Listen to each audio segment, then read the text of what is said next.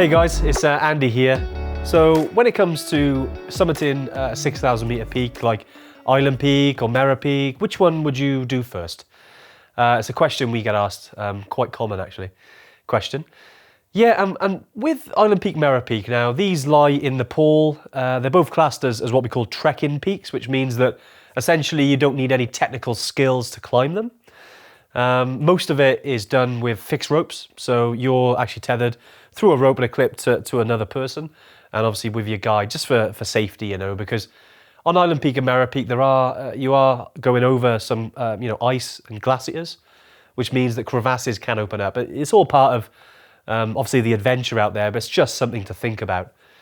With whether you do Island Peak or Mera Peak, I mean, the higher one is Mera Peak, which is just over 6,400. With Island Peak, it's just over 6,100 meters. I'd say the more technical one, I say technical in terms of there's about 100 meters where you've got a little bit of a steep climb. But again, you don't need any technical skills, though we call it a little bit of a technical climb. It's only about 100 meters, and then you're on a summit ridge.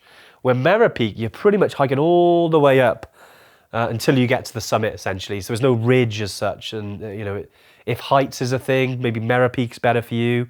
Whereas if you want to sort of go closer and experience the Everest region, because Island Peak lies not far from Everest, and you can see Everest from the summit, then I'd recommend that one because that might be better for you.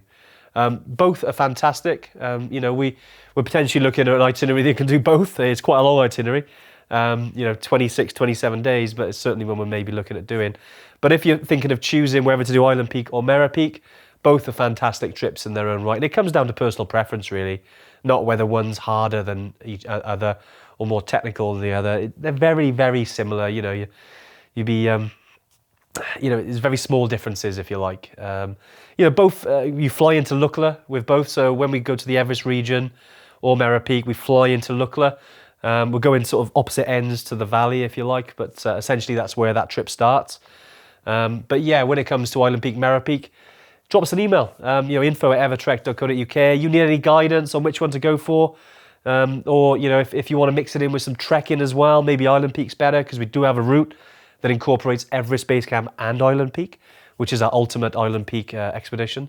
It's very popular over the last couple of years because you get the trekking and the climbing in, and it's slightly longer. You're talking about 20 days, so it is a long time away from home. But when it comes to the ultimate, the ultimate adventure in the Everest region, that has to be it. It's fantastic.